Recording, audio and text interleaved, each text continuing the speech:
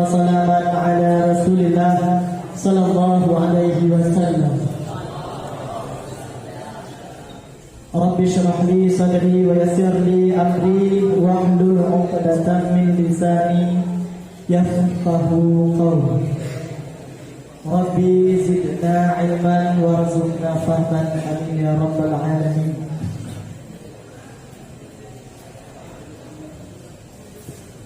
Pertama-tama marilah sama-sama kita memuji Allah Subhanahu wa taala, karena dengan berkat putra dan iradah Allah sehingga kita dapat melaksanakan acara Bahsul Masail tingkat aliyah. Dan selawat bertandaikan salam marilah sama-sama kita haturkan kepada baginda Rasul sallallahu alaihi wasallam.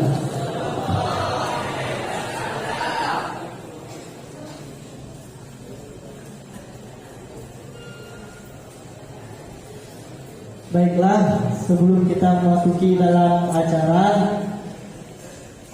kita memberitahukan bahwasanya acara Bahsul Masail tersebut merupakan salah satu organisasi dari acara yang diselenggarakan oleh BEM Mahat Ali Malikusaya. Kemudian yang menjadi purmus pada malam yang berbahagia ini yaitu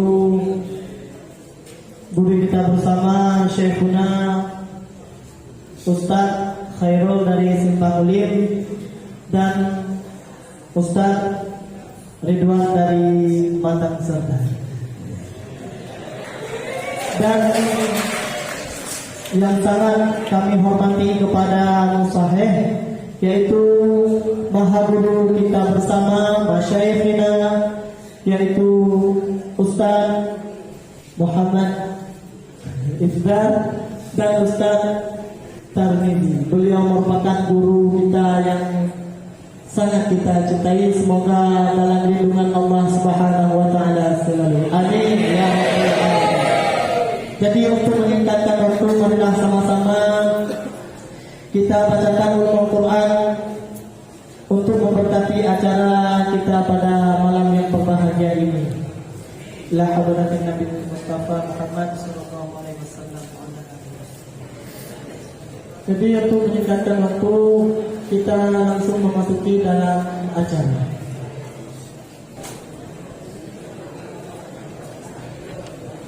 Kepada peserta, siap peserta? Siap, alhamdulillah. Jadi deskripsi masalah yang pertama, mohon kepada peserta harap berkhidmat dengan seksama. Deskripsi masalah: Pak Tono merupakan satu keluarga yang hidup di kalangan Kristen, sedangkan beliau merupakan keluarga yang berstatus Islam. Perbuatan sehari-hari beliau membersihkan gereja, dan setiap per bulan beliau mendapatkan gaji hasil dari membersihkan gereja ataupun bekerja pada gereja. Jadi yang menjadi pertanyaannya, bagaimanakah hukum bekerja di gereja? Mafhum? Yang menjadi pertanyaannya, bagaimanakah hukum bekerja di gereja sebagaimana yang diperlakukan oleh Pak Tono? Ya. Ada satu referensi Al-Jawazi, hadis Rasulullah SAW itu yang tercantum di halaman 372 cetakan Syekh Katul Kudus, yang bunyinya man ana zaliman yuhida bihaqqan faqad barakan dimmatillah wa dimmati rasulillah wa man masya ma'a zalimin li yu'idahu wa huwa ya'lamu annahu zalimun faqad faraja dengan Islam. Artinya bermula iman yang menolong ia nyaman akan kezaliman. Makna kezaliman di sini boleh dimaknai dengan maksiat. Yubhida itu apa? Untuk mencari dengannya hak, maka sungguh terlepasnya daripada zimmah Allah dan Allah dan zimmah Rasulullah. Dan siapa saja yang berjalan ataupun berkumpul bersama orang yang maksiat, orang zalim, itu apa? Untuk menolongnya, baik menolong dalam bekerja ataupun sebagainya. Padahal dia tahu bahwa sunnah itu maksiat ataupun zalim, maka sungguh keluar dia daripada Islam. Dan ada halaman lagi yang sudah lupa dalam masalah syirik dalam kitab Ad-Dawajir juga, bahwasanya siapa saja yang menolong kesyirikan, seperti misalnya yaitu memakai pakaian kafir, bukan untuk beribadah di gereja, pergi saja ke gereja, itu hukumnya juga haram. Sebagaimana kita menolong syirik. Dan bagaimanakah nanti misalnya orang yang bekerja di gereja tersebut, uangnya gimana? Uangnya itu tetap juga haram. Kenapa? Karena lawazim daripada bekerja ada hasil daripada itu juga haram. Sekian dari terima kasih. Kalau soal menurut yang kesepakatan kamu tepung hukum jaga gereja yang bertafsir ya? Bertafsir Bisa ditafsirkan bagaimana? insyaallah. Ada berpendapat makruh ya, makruh. Nah berpendapat makruh dan nasabah berpendapat adalah haram.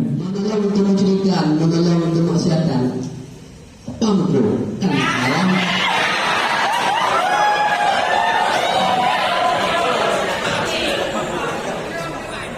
Dan mayoritas ulama pun mengatakan haram.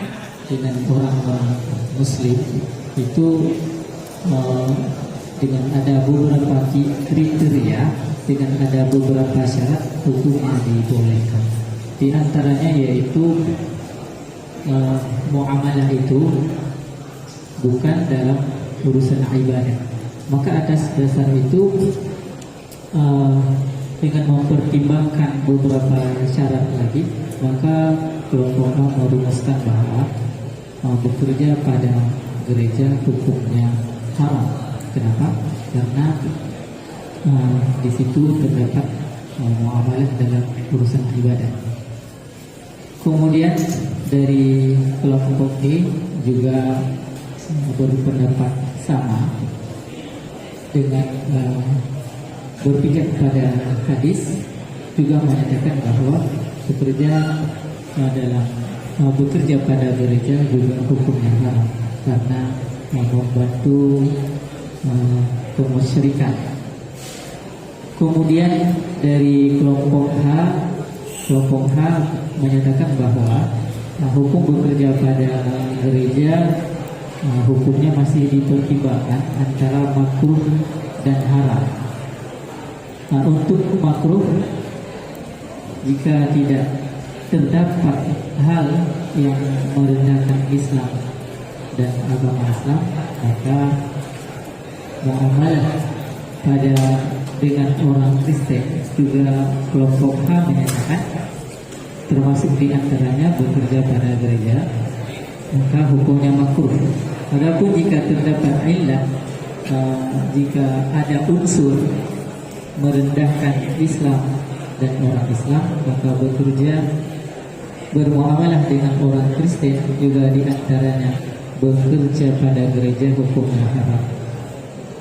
Sedangkan kelompok D juga dengan tegas mengatakan bahwa bekerja pada gereja hukumnya haram, meskipun kelompok G tidak menemukan referensi turas dengan teks asli, tapi dengan melakukan analogi atau kias juga menyatakan hukumnya haram. Baiklah, untuk kepastian dari bagaimana hukum bekerja pada gereja, kami persilakan kepada masyarakat kami dari Musafi. Pada musuh kami persilakan. Dari beberapa jawaban yang telah kami dengar, yaitu pertanyaan pertama, bagaimana hukum bekerja di gereja. Dari beberapa kelompok tadi ada yang masih dalam konteks pertanyaan dan ada yang sudah berjalan kepada masalah yang lain. Kalau konteks bekerja di gereja, ini yang menjadi masalahnya adalah gerejanya. Karena gereja itu adalah tempat ibadah orang kafir. Perbedaannya kita berbuat muamalah bersama orang kafir. Ya. Ini masalahnya konteksnya gereja. Karena saling menghormati itu kita tidak mengganggu mereka beribadah. Itu. Tapi kalau untuk membantu membersihkan tempat peribadahan mereka, itu maksiat. Menyewakan diri untuk mengurus gereja sama dengan menyewakan diri untuk berbuat maksiat. Dari hasil dulu tinjauan kami Musafir, kalau Imam Nawawi dalam khutbahnya mengatakan asbama salah hadis. Di sini kami juga mengatakan asbama salah hadis, hukum bekerja di gereja haram, gajinya juga haram. Assalamualaikum warahmatullahi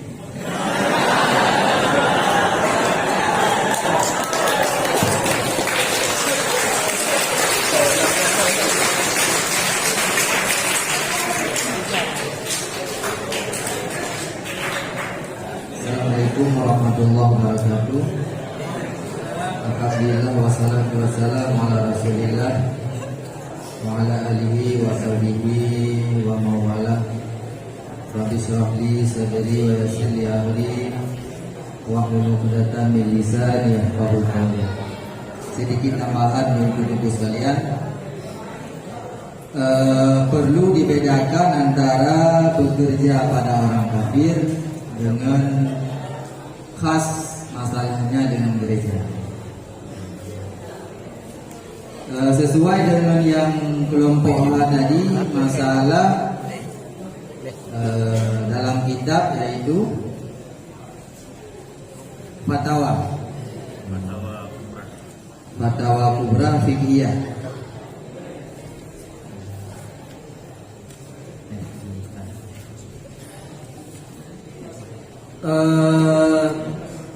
Pernyataan ini cocok dengan yang tersebut dalam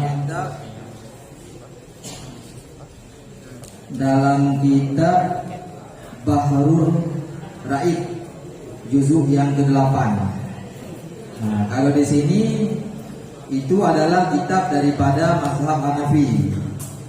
Kalau mazhab Hanafi hukumnya bekerja di gereja itu makruh. Nah, sama dengan yang Tunggu katakan tadi.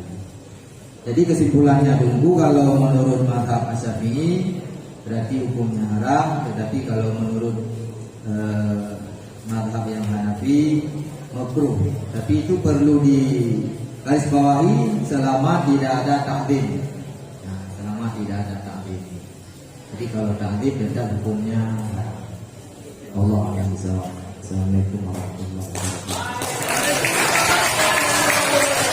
Di kalangan masyarakat, dikala tidak lewat tes, mereka timbul pemikiran untuk menyogok, dan dia pun diterima bekerja di lembaga tersebut.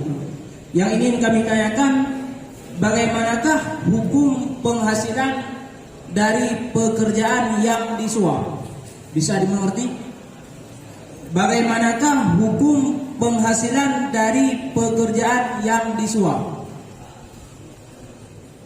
Menurut kami, jadi sebelumnya kami minta maaf bila ada proyeksi yang kami dapat ataupun jawaban yang kami uraikan kurang tepat.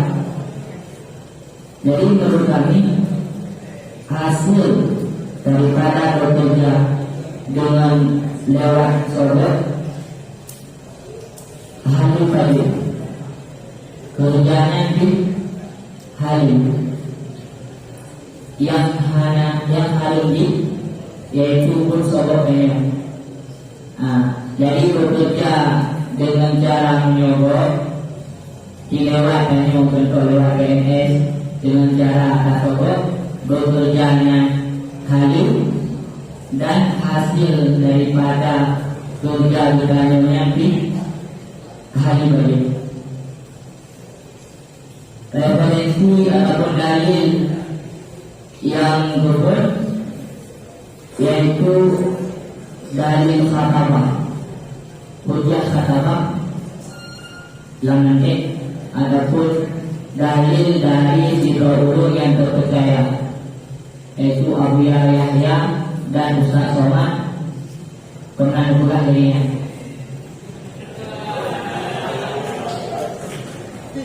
Sekian dari kami. Itu yang jadi pertanyaannya uang ataupun upah hasil dari sobat. Dan kita ketahui juga sobat sudah lazim dalam negara.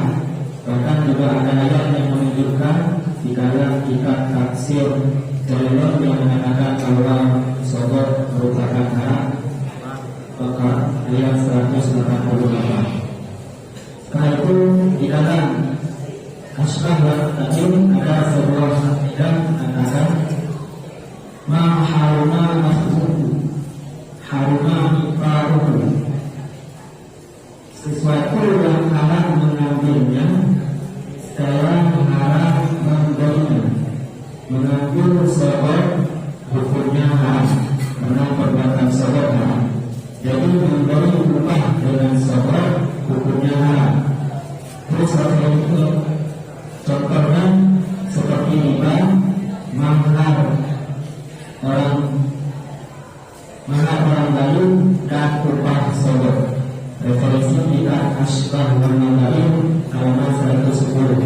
Jadi bagi kami sobat hukumnya haram dan upah dari sobat juga hukumnya haram. Sekian diberikan jawab kami minta maaf. Assalamualaikum warahmatullahi wabarakatuh. Afwan, kepada dua poin bisa Anda jelaskan faedah yang terdapat dalam Asbah wa Ta'im? Bisa Anda jelaskan sekali lagi kejelasannya? Maharuna mahzuhu haruna iqaruhu, sesuatu yang haram mengambilnya niscaya haram memberinya. Haram mengambil sobat, tapi haram juga memberi upah sobat. Jadi dua-duanya haram gitu ya. Pekerjaannya pun haram dan dua-duanya. Ya, terima kasih kepada Dua Poin. Masalah penyogoknya dengan pembagian na yang haram, na yang jiwa. Boleh. Pertama, yang ikuti referensi yaitu kitab Nayaden halaman 170. Menyogandai tasawuf hakim gara-gara tujuan ditengok yaitu untuk menghukum dengan bighairi hak. Kalau lagi sebenarnya yang hukum di hari itu tengok tasawuf hakim tujuan ditengok adalah nak putuskan hukum bighairi hak dengan hana betul yang hukum di hari itu. Tapi yang harum darinya maka jawab juga harum. Menyodan lagi dengan tasawuf tujuan dia adalah untuk hakinya memutuskan hukum dengan sebenarnya. Seandainya hana tasawuf maka hakim banyak memutuskan hukum di luar dari itu. Kalau lagi betul yang hak dikerja tanya tak perlu huruf yang hana pendaknya. Maka kita juga tengok untuk naruh budaya kerjanya yang hukum juga jaga dah jut terus ya yang kaji walaupun lihat ininya jikatinya hari itu kan tujuan dia dah segalanya adalah untuk nak jut kerjanya karena dia bantah kerjanya daripada putuskan hukum juga turun lain yang bantah kerjanya maka ini pantas merasa pantas diri dan dia segal hakim yang hukum ini juga dan dari juga hadir. Lalu kamu ingat dua macam. Yang pertama hadir ada kata sebuah hakim gara-gara dijual kita yang nak memutuskan hukum dia dari hak yang hadir. Mungkin ada juga sebuah hakim gara-gara tujuan kita yang nak memutuskan hukum berdasarkan hak maka yang hadir. Mungkin yang tu dengan gaji mungkin hadir maka hadir mungkin menyediut maka hadir. Yang sekian, yang referensi yang ada halaman 170. Referensinya kitab Nihayatin. Yang haram adalah perbuatan sombong menyogok tersebut. Referensinya kitab Mufahat, yaitu dalamnya